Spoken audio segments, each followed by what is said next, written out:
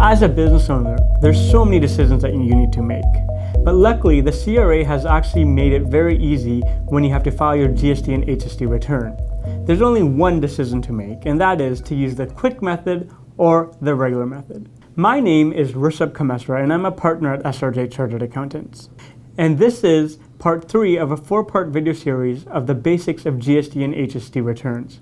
In this video, we will look at specifically the difference between the quick method and the regular method, and which method may be the best suited for you.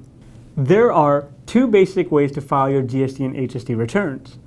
One of the ways is to use what's called the regular method, and the second way is to use the quick method. The regular method is used by most business owners.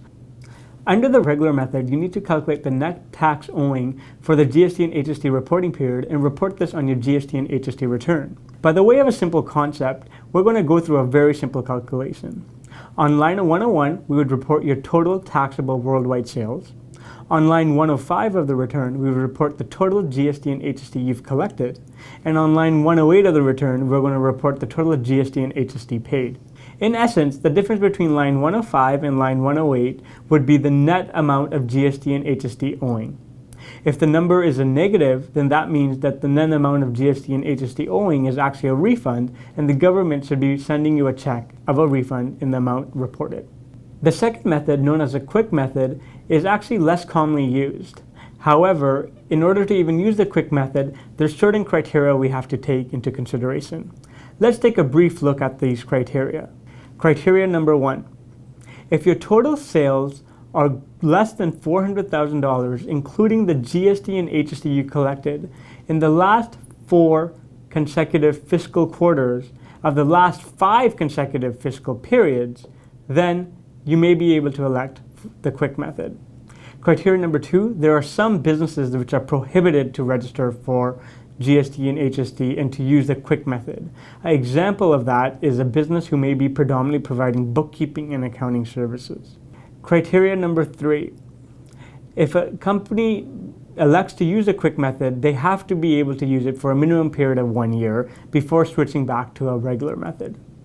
And the fourth and perhaps most important criteria is that in order for a company to be able to use the quick method, they have to file what's called a GST 74. And under this form, the government will give the company the permission to use the quick method on a going forward basis. The actual calculation of the quick method, when using it to come up with the final GST and HST return for reporting period, is actually very cumbersome. But we do have a specific video relating to this calculation. We do encourage you to view the video relating to the GST and HST for the quick method, as it will give you vivid examples on how to use the quick method when completing your returns. To summarize, there are 2 main ways to file a GST and HST return. Number 1, under the regular method, which is sometimes more time consuming and does require a bit more paperwork, or number 2, the quick method, which does limit businesses with sales less than $400,000 to elect to use this method and is a bit cumbersome to learn. However, once businesses figure it out, it does help save some precious bookkeeping time.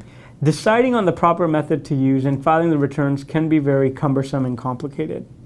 We at SRJ are subject matter expertise relating to filing these returns, and we strongly recommend that you contact us via the links listed below to help discuss what's most suitable for you.